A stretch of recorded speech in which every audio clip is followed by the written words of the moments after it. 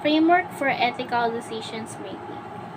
Making good ethical decisions requires a trained sensitivity to ethical issue and a practice method for exploring the ethical aspect of a decision and within the consideration that shall impact our choice of a course of actions. Having a method for ethical decisions making is essential. When practiced regularly, that method becomes so familiar that we work through it automatically without consulting the specific steps.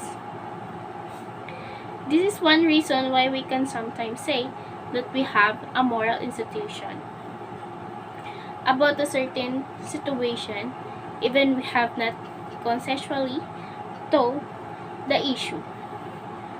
We are practiced at making ethical judgment just as we can be practiced at playing the piano and can sit and play well without thinking.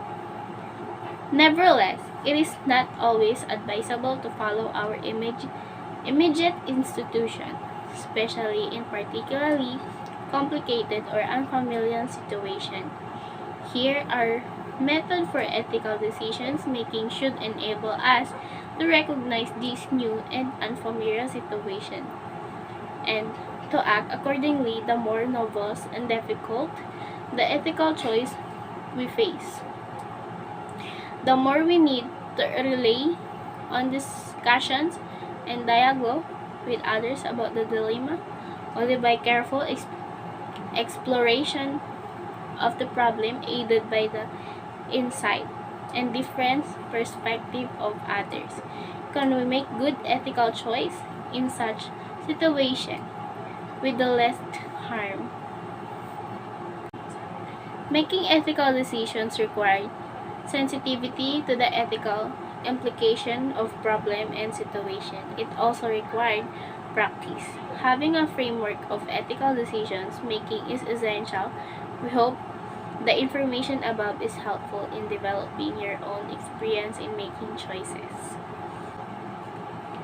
Justice in Western civilization debates over justice and fairness have a long history. In reality, no concept has been more firmly related to ethics and moral in Western society that concept justice.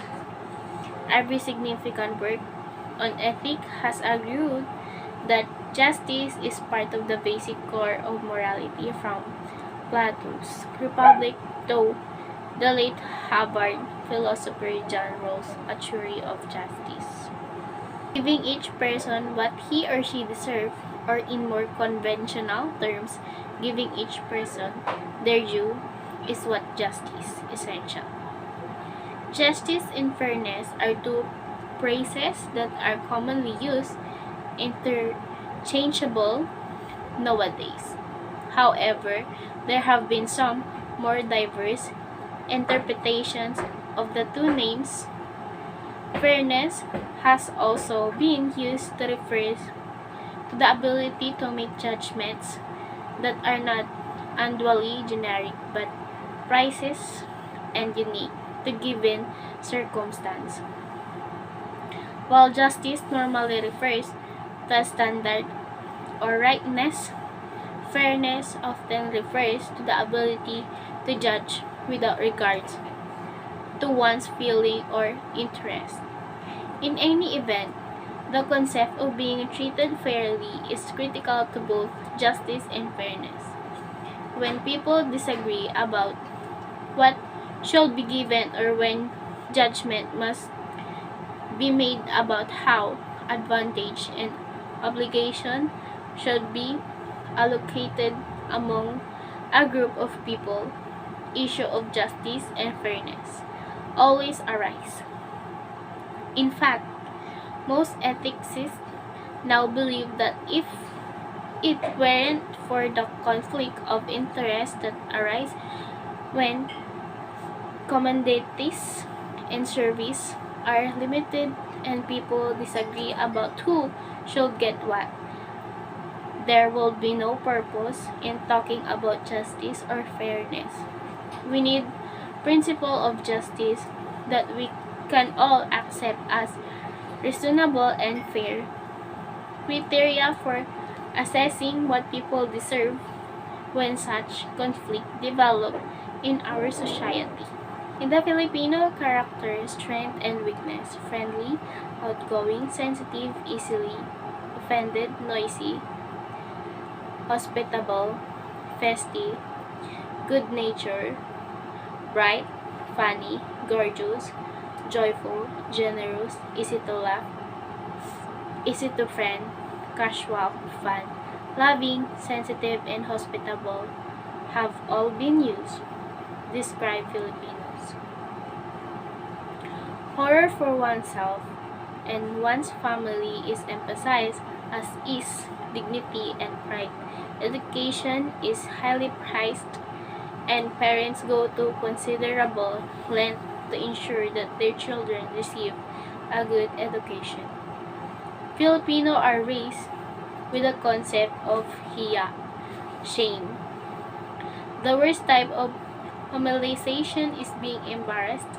Over a century, Filipino culture involved the parallel with and in response to Western civilization brought to the Philippines by the Spanish and later the Americans. Reason and impartiality.